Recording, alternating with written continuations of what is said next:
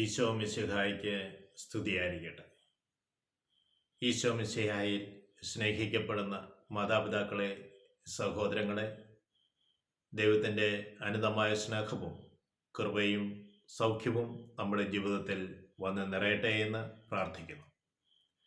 വിശുദ്ധ ലൂക്ക അറിയിച്ച സുവിശേഷം 2-ാം അധ്യായം 7-ാം തിരുവചനം നാം ഇപ്രകാരം കാണുന്നു: അവനെ പിള്ളക്കച്ചുകൊണ്ട് പൊതിഞ്ഞ് പുൽക്കൂട്ടിൽ കിടത്തി. കാരണം അവർക്ക് സത്രത്തിൽ ഇടം ലഭിച്ചില്ല. ഉണ്ണീശോയുടെ ജനനത്തെക്കുറിച്ചാണ് നമ്മൾ കണ്ടുകൊണ്ടിരുന്നത്.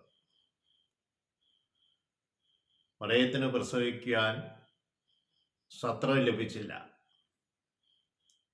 അവനെ കാലിത്തൊഴുത്തിലെ പുൽക്കൂട്ടിയിൽ കച്ച കൊണ്ട് പൊതിഞ്ഞ് അവനെ കിടത്തി. സഹോദരങ്ങളെ, ഇത് 2000 വർഷങ്ങൾക്ക് മുൻപ് നടന്ന ചരിത്ര സംഭവമാണ്. നാം ഒന്ന് ചിന്തിക്കുക, ആ സംഭവം ഇക്കാലത്തും അത് സംഭവിച്ചുകൊണ്ടിരിക്കുകയല്ലേ? ഈശോയ്ക്ക് ജനിക്കുവാൻ ഇന്നും നല്ല സ്ഥലങ്ങൾ ലഭിക്കുന്നില്ല. ഈശോയെ സ്വീകരിക്കാത്ത എത്രയോ സ്ഥലങ്ങൾ, എത്രയോ പ്രദേശങ്ങൾ ഈ ലോകത്തുണ്ട്. ഈശോ വസിക്കുവാൻ ആഗ്രഹിക്കുന്ന സ്ഥലത്ത് ഈശോയെ പ്രവേശിപ്പിക്കുന്നില്ല. സ്നേഹമുള്ളവരെ, ഇന്ന് മനുഷ്യൻ നെട്ടോട്ടം ഓടുകയാണ്. അവനൊന്നിനും സമയമില്ല. സമയം മുഴുവൻ അവനും കുടുംബത്തിനു വേണ്ടി മാത്രം ആയി ഒതുക്കുകയാണ്. സമയമില്ല, അതുപോലെ തന്നെ നേരമില്ല. പല പല കാര്യങ്ങളാണ് നമുക്ക് പറയാനുള്ളത്.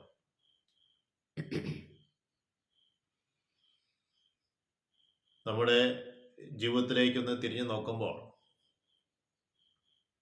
നമ്മുടെ ബന്ധുക്കളിൽ, അയൽവാസികളിൽ, സുഹൃത്തുക്കളിൽ എത്രയോ പേര് രോഗികളും അനാഥരും രോഗത്തിലായിരിക്കുന്നവരും ഹൃദയം കൊണ്ട് വേദന അനുഭവിക്കുന്നവരുമുണ്ട്. അവരെ ഒന്ന് പോയി സന്ദർശിക്കുവാനോ, ഈ ക്രിസ്മസ് നാളുകളിൽ അവർക്ക് ഒരു ചെറിയ സമ്മാനം കൊണ്ടേ കൊടുക്കുവാനോ, സ്നേഹത്തിൻ്റെ ഒരു പുഞ്ചിരി അവർക്ക് സമ്മാനിക്കുവാനോ നമുക്ക് സാധിക്കുന്നില്ല. ഇന്ന് ഹൃദ്യമായ പുഞ്ചിരിക്ക് പകരം വെറും ഇളിയായി മാറിക്കൊണ്ടിരിക്കുകയാണ്. കാണുമ്പോൾ ഹായ് ബായ് പറയും. ഒരുപക്ഷെ കരിസ്മാറ്റിക് അനുഭവമുള്ളവർ പ്രൈസ് ദി ലോർഡ് പറയും. ഈ പറച്ചിലിൽ പോലും ആത്മാർത്ഥതയുണ്ടോ എന്ന് സ്വയം ഒന്ന് ചിന്തിക്കുന്നത് നല്ലതാണ്.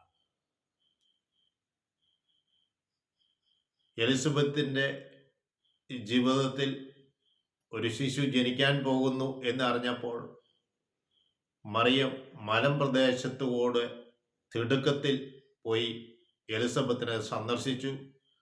അവൾക്ക് 3 മാസം വരെ മറിയം ശുശ്രൂഷ ചെയ്തു.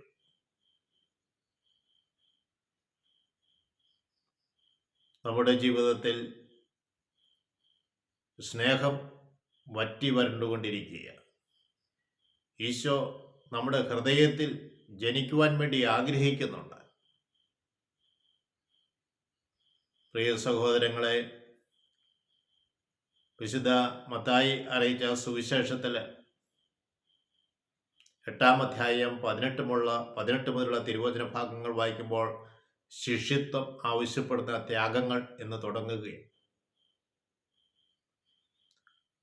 അവിടെ ഒരാൾ ഈശോയോട് ഒന്ന് പറയുന്നുണ്ട്, നീ പോകുന്നിടത്തെല്ലാം ഞാൻ നിന്നെ അനുഗമിക്കാം. ഈശോ അവനോട് പറയുന്നത്, കുറുനരികൾക്ക് മാളങ്ങളും ആകാശപ്പറവുകൾക്ക് കൂടുകളുമുണ്ട്, മനുഷ്യപുത്രന് തലചായ്ക്കാൻ ഇടമില്ല. ഇത് പൗരസ്ത്യ സഭയുടെ വേദ പുസ്തക ഭാഷ്യക്കാരനായ യേശുദാസ് പറഞ്ഞു വെക്കുക,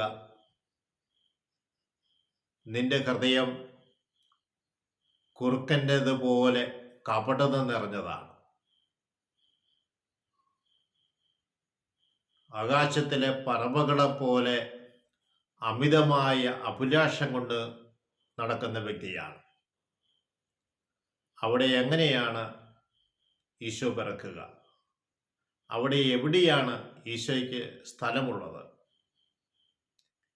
ഉണ്ണീശോയ്ക്ക് പിറക്കുവാൻ സത്രത്തിൽ ഇടമില്ല എന്ന് പറയുന്നത് ഈ കാലഘട്ടത്തിലും എന്നിലും എൻ്റെ കുടുംബത്തിലും ഈശോയ്ക്ക് പിറക്കുവാൻ സ്ഥലമുണ്ടോ? ഇനിയെങ്കിലും നമ്മുടെ ഹൃദയത്തിൽ ഉണ്ണീശോ പിറക്കുവാൻ വേണ്ടി നമ്മുടെ ഹൃദയം തുറന്നു കൊടുക്കാം. ഇനിയുള്ള കുറച്ച് സമയങ്ങൾ, പ്രത്യേകിച്ച് ഈ നോമ്പിൻ്റെ സാഹചര്യത്തിൽ അനേകരെ പോയി കാണുന്നതും ശുശ്രൂഷിക്കുന്നതും നല്ല വാക്ക് പറയുന്നതും സ്നേഹത്തോടുകൂടി ഹൃദയം നിറഞ്ഞ ഒരു പുഞ്ചിരി നൽകുന്നതും അനേകരുടെ ജീവിതത്തിൽ സന്തോഷം ഉളവാക്കും. എൻ്റെ ഹൃദയം കുറുനരിയുടെ കപടത നിറഞ്ഞതാകാതിരിക്കട്ടെ. എൻ്റെ ഹൃദയം ആകാശപ്പറവുകളെ പോലെ അമിതമായ അഭിലാഷം കൊണ്ട് നിറയാതിരിക്കട്ടെ. ഉണ്ണിയേശുവിന് വേണ്ടി എൻ്റെ ഹൃദയം തുറന്നു കൊടുക്കുവാൻ ഒരു തീരുമാനമെടുക്കൂ. എന്നെ ശ്രമിച്ചുകൊണ്ടിരിക്കുന്ന ഏവരുടെ മേലും ദൈവത്തിൻ്റെ ശക്തിയായ പരിശുദ്ധാത്മാവെന്ന് നിറയട്ടെ എന്ന് പ്രാർത്ഥിക്കുന്നു. പുതിയ പുതിയ കാര്യങ്ങൾ ചെയ്യുവാനുള്ള കൃപ അവർക്ക് നൽകണമെന്ന് പ്രാർത്ഥിക്കുന്നു. പുത്തൻ അഭിഷേകത്തോടു കൂടി ഓരോരുത്തരെയും നയിക്കുമാറാകണമേ. ഞങ്ങളുടെ അമ്മയെ ആശ്രയ മാതാവേ, ഞങ്ങൾക്ക് വേണ്ടി പ്രത്യേകമായി മധ്യസ്ഥം വഹിക്കണമേ. പിതാവിനും പുത്രനും പരിശുദ്ധാത്മാവിനും സ്തുതി. ഈശോ മിശിഹായ്ക്ക് സ്തുതിയായിരിക്കട്ടെ.